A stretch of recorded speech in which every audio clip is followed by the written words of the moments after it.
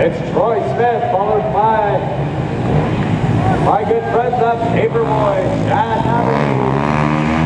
He can hear me.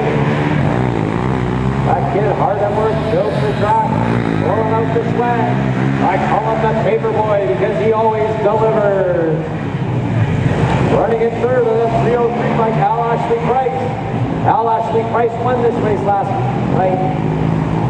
I had to talk to him about a little moment that he had there on the second half of that double. I was asking him if his trousers were throwaways. And it was all, somebody's been spiking my water.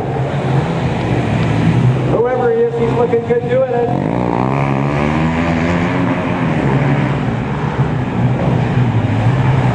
There it is, goes to Marlon Vetchel, number 8.